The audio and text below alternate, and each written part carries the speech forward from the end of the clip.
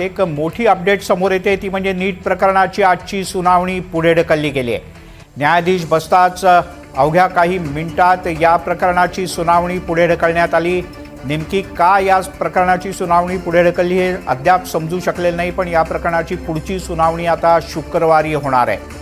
या क्षणाची एक महत्त्वाची अपडेट, संपूर्ण देशभरात गाजलेल्या नीट पेपर फुटी प्रकरणी आणि त्यानंतर देशभरात प्रामुख्याने महाराष्ट्रासह अनेक ठिकाणी धाडसत्र राबवण्यात आलं, अनेकांना ताब्यात घेण्यात आलं। यात महाराष्ट्रातल्याच तिघांचा समावेश आहे। रामराजे आपले प्रतिनिधी नवी दिल्लीहून आपल्यासोबत जोडले गेलेत। रामराजे, आजची सुनावणी शुक्रवारपर्यंत का पुढे ढकलली?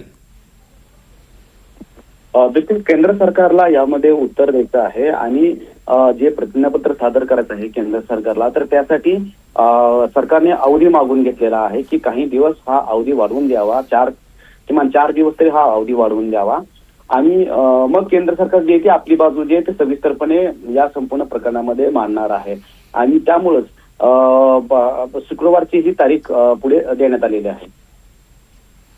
रामराजे, तुर्तास धन्यवाद या माहितीबद्दल। त्यामुळे केंद्र सरकारला या विषयात आपली बाजू मांडायची आणि त्याकरता केंद्र सरकारनं वेळ मागून घेतला आहे।